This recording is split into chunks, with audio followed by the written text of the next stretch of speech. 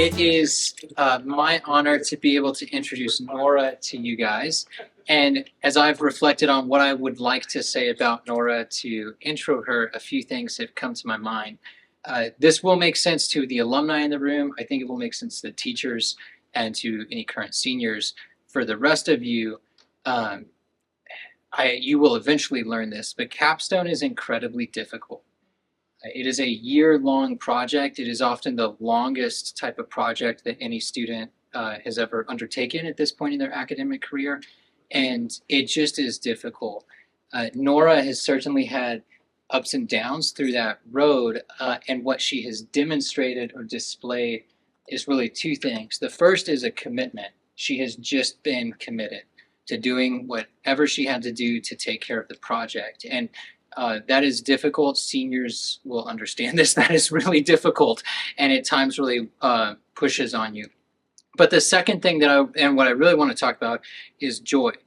Twice have I really seen Nora genuinely come alive. Once was when I was doing an observation of an AP history class, and I just watched her as a student come to life. And the second time was as we were talking about this capstone and the topics of it, and almost in a way where as it ended, I'm not sure that she really liked how much she had come alive. And it was just like, no, really, I'm too cool for some of what that conversation just was, but I had witnessed it all the same. And so I'm excited because I know that this runs deep in terms of a passion for her and something that she believes really matters. And so I'm excited for you to get to learn more about it and maybe get a sense of her own joy as it comes to the topic. So join me in welcoming Nora Seedroff.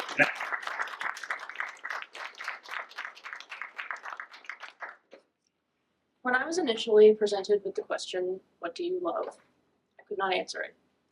There were things that interested me, things that I would be willing to research, things that were attributed to my character that I could explore. There was nothing that I truly loved. Because of this, I went through 4 different ideas for a capstone, and all of them failed. And in that frustration, I was presented with a different question, what do you hate? Equally unanswerable. For the opposite reason. I'm human. I hate a lot of things. One could argue it is in human's very nature to hate. But it is also in a human's nature to create and to be creative. However, I look at the world and I see art, but I don't see God in that art. And so the question comes up, why does art exist when God is rejected? This is what I explored. This is what Friedrich Nietzsche inspired me with his quote, God is dead and we have killed him.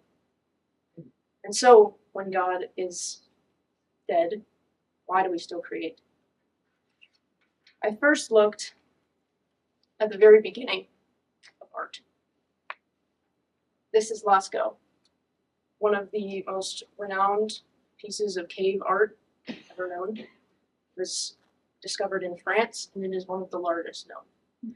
However, we don't know much about it, including the religion at the time. We don't know if they believed in God. We can speculate that they believed in shamanic practices. We know their techniques, that they painted with iron and charcoal.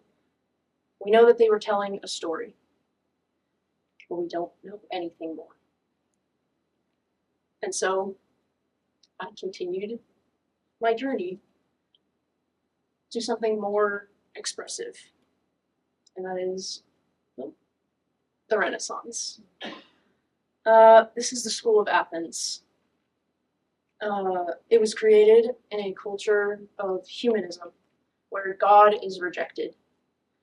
And there's a return to classicism, which is Greco-Roman ideals. And so there's even more focus on God, but in an opposite way, where there was no God, and now there is rejection of God. And it's a celebratory purpose, because humans are the ones celebrating.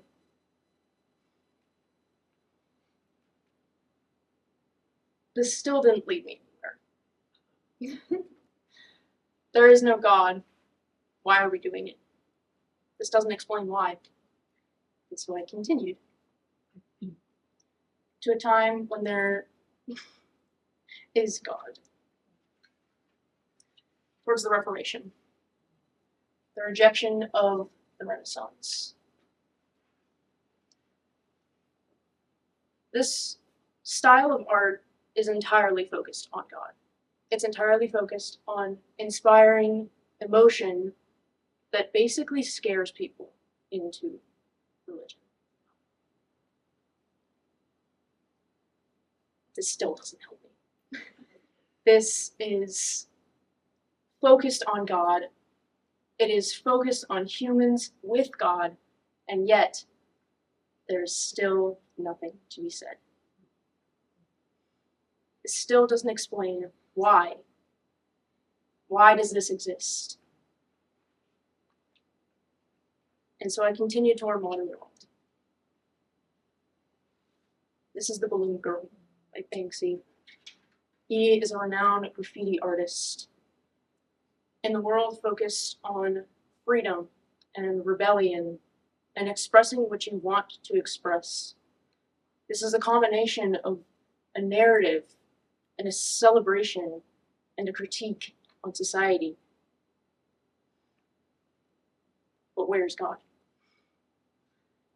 You can do anything with modern art. There is any technique, any medium, any topic. And yet, where is God?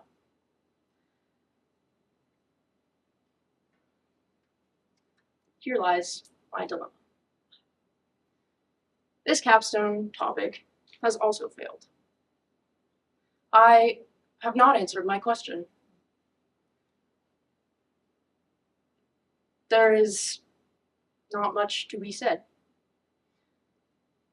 However, I have taken away one thing from this capstone. And it is that the human obsession with discovering meaning is merely a distraction from our existence. Be it art, or religion, or a capstone project, humans will always choose the path that mitigates our peccable condition. Without God, we are addicts of comfort. And without God, art is vanity, a chasing after the wind. The world changes, and we do not. And therein lies that which kills us. You? Yeah.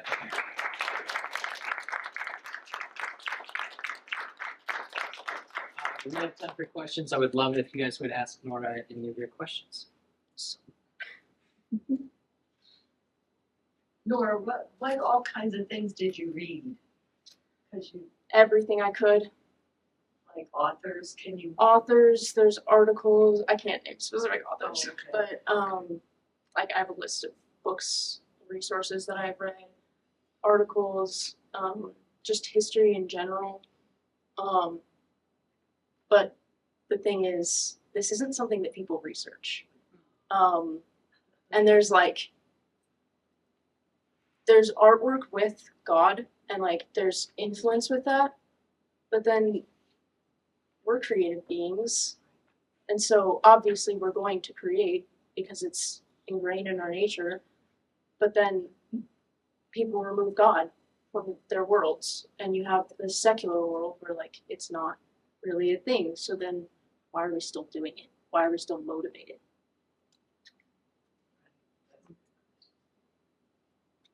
Yeah, so Why do you think we're still motivated?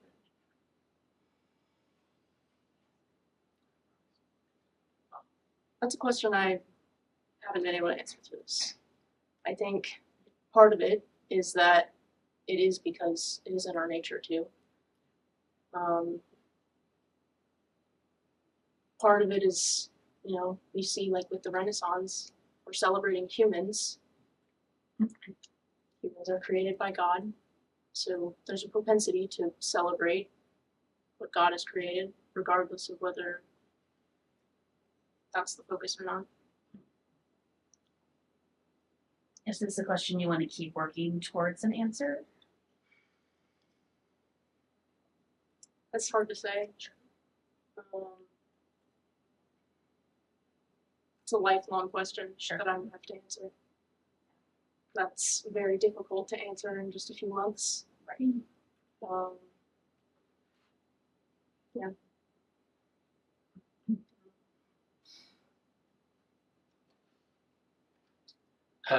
Go ahead. How did you pick these 4 pieces versus other pieces? Because they all kind of tie into each other in like the narrative of my frustrations with this. Yeah. Because on the first one, you have something with no God. We don't know anything about it. And then you have the second one, which we know everything about it. And there is God, but it's not focused on. And then you have something that has God, and yet it still doesn't answer anything. And so you come into the modern age and you've combined everything that we know, and we still don't have an answer. And it's like kind of encompassing, I think what's kind of cool all switching. that Banksy is that you talk about this idea of you just see the blue floating. And I don't think I looked at it that way until you said that. And it's like, oh, that's actually what's happening. This idea of kind of like love. Just cool. I also just like a general thing of those are like the most renowned artworks from those eras. Oh yeah, yeah, for sure. Do we know that there is always hope? Do we know if that was Banksy or if that was just other graffiti? I believe it was. It was. Okay, But- it's part of the whole piece. Just the image of the girl is like super famous. It's everywhere. For sure. Oh, for sure. Do you think some things are better left unanswered? That's something I also wrestled with. I believe this might be one of them. In that, you know, when we read the Bible, we're not supposed to understand everything. And we're supposed to give into the mystery of the word, and that's why it is so compelling. And that is why when miracles happen, that's why we can trust that it was a miracle and not just chance. Is because we submitted to the fact that we don't know everything. We can't know everything, and there will always be mystery in the world, even in fields of science, fields of nature, literally everything. So this may be one of them. This may be why I can't answer it. So kind of like what she was saying, like, do you think it should be answered, but do you think there is even an answer? Another thing I've wrestled with. No, You don't think there's an answer? no. I don't particularly think there is. I ask a lot of questions through this. My main one being, when God is eliminated, what is left? But other questions tried to answer that and they still failed. So we can always try. God calls us to be wise, to explore as much knowledge as we can, but again, we're not supposed to know everything. What have you learned about your own art through this process? Here's the thing. I hate art. Exactly. It's not something I enjoy. It's something I'm good at. And I find that with a lot of things in my life, is that there's things that I'm good at, things that I'm God gifted in. But it's just not something I like. I like the results. Sure. So I don't know. Learning something new. A few times you've used that phrase of like I've failed. You talked about that with the initial few capstone topics, and as you shifted topics, and then with I think the unanswerable question type of stuff has come up a few times. To be really clear, I do not think that you have failed at this. But certainly you have shifted topics and you have encountered through the capstone process some unanswerable stuff. What advice would you give to underclassmen as if they found themselves in a similar spot in a year or in a few years in their capstone, if they wanted to shift topics or if they wanted to, if they encountered some really difficult stuff to answer, what advice would you give them if they found themselves in a similar road as you?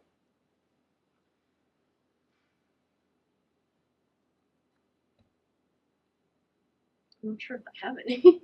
I'm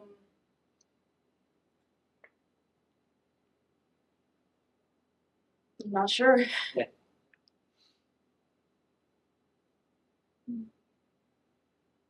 I think you'll continue to pursue the question, what do you love? Is that something that, like, do you have a desire to find something other than me? I can try. I think that's about all I can say on this. Sure. Do you have a next question? Next big thing to research or learn about? There's always something. Is there anything? Comes to mind? Politics. Not in this realm at all, but just in general. Where do you see yourself going? Not in this direction. Engineering. Again, it's something that I don't love, but it's something that I'm good at.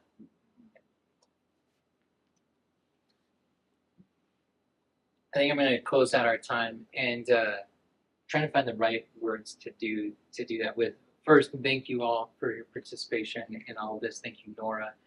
It's fascinating, and I'm really thankful for the way that you navigated the entire process. What's going through my mind is twofold. There's an author, Cal Newport, who writes this book called Deep Work, and in it he contends that maybe we're asking kids the wrong question when we ask them so often, what do you love, what do you won't love, what do you love? And instead, the idea is if you pursue things that you're good at, they start to emerge as things that you do love and enjoy. So that is floating around in my head and maybe it's worth a comment. But the other thing that is floating around is that idea of, like, I just remember going to the whiteboard with you and mapping out some of this stuff and watching it emerge as joy, as part of your own expression about the way that art attempts to ask and answer ultimate questions is pretty unique to art. And I, like Nora, perhaps, I shouldn't say it that way. I'm definitely worse at art than Nora is. I'm not an artist, and yet I can recognize what you have been trying to do through this whole process, which is to allow art to ask and answer these ultimate questions. And that is a pretty brilliant approach. And so I just am thankful for you. Will you join me one more time in giving more?